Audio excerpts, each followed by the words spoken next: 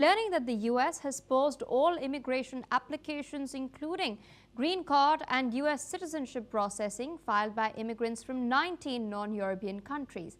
The Trump administration has cited concerns over national security and public safety to justify its decision. The pause applies to people from 19 countries that were already subjected to a partial travel ban in June, placing further restrictions on immigration. Meanwhile, the USCIS has stated that the pause was prompted by the Thanksgiving week shooting near the White House, in which an Afghan national is accused of killing one National Guard soldier and wounding another.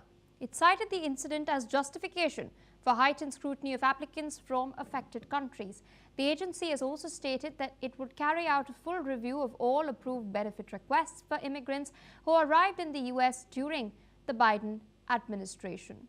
With us on the broadcast still is Mr. Raymond Vickery. So how do you view this move? We do know that the Donald Trump administration has been cracking down on immigration, but in the aftermath of the tragic killing of one of the National Guard troop members in Washington, D.C. outside the White House, it seems that the action has just escalated.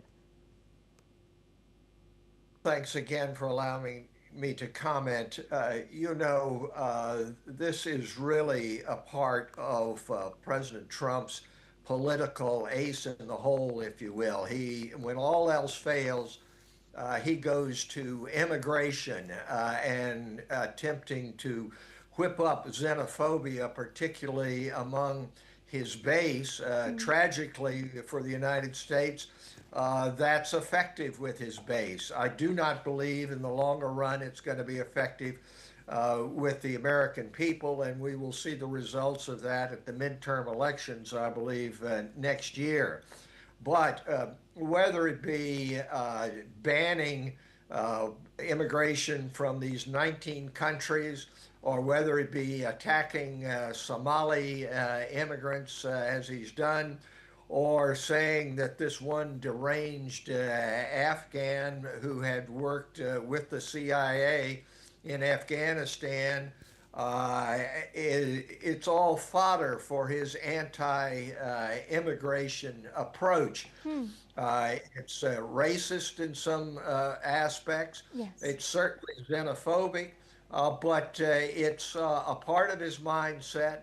It's what he has used from the very first, talking about immigrants as criminals, as the inmates of an insane asylum, and he doubles down on this immigration issue when he has not had success in bringing peace in Ukraine, when inflation continues to go up in the United States, and when there is significant pushback when he tries to label the press as public enemies and attack universities. And the Epstein scandal as well. I apologize to interject, but there's a point I'd like to make here, because with regards to Somalis that you referred to, the derogatory remarks that Trump has made, accusing Somalis of killing each other, this all has not gone down quite well, not just with the Somali immigrant community, I beg your pardon, within the United States of America,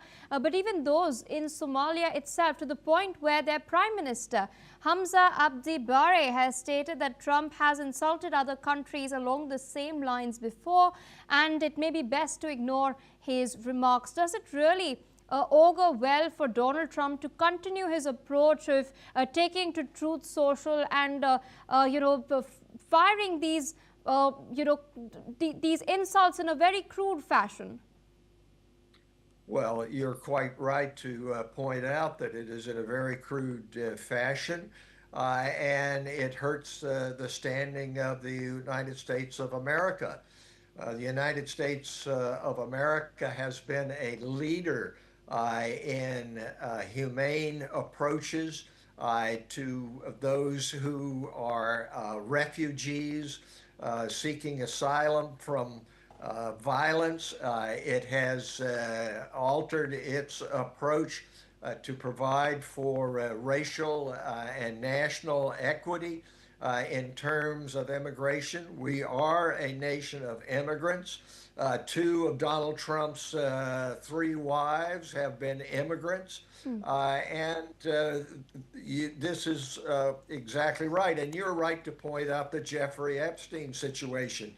It's the old approach when you have a problem that you don't want people to look at, you draw attention to something else. And the something else in the case of President Trump is immigration and xenophobia, the fear of people who don't look exactly like his base does. It's been his go-to approach. And it's very harmful to the United States because the world is one now, and peace and prosperity are indivisible and have to be pursued with a strategy across the board. Absolutely. The world has become quite cosmopolitan, as you have put it, and the US, of course, being the superpower of the world, has been setting an example for quite a while now. So I request you to stay on with us as we're tracking some other very crucial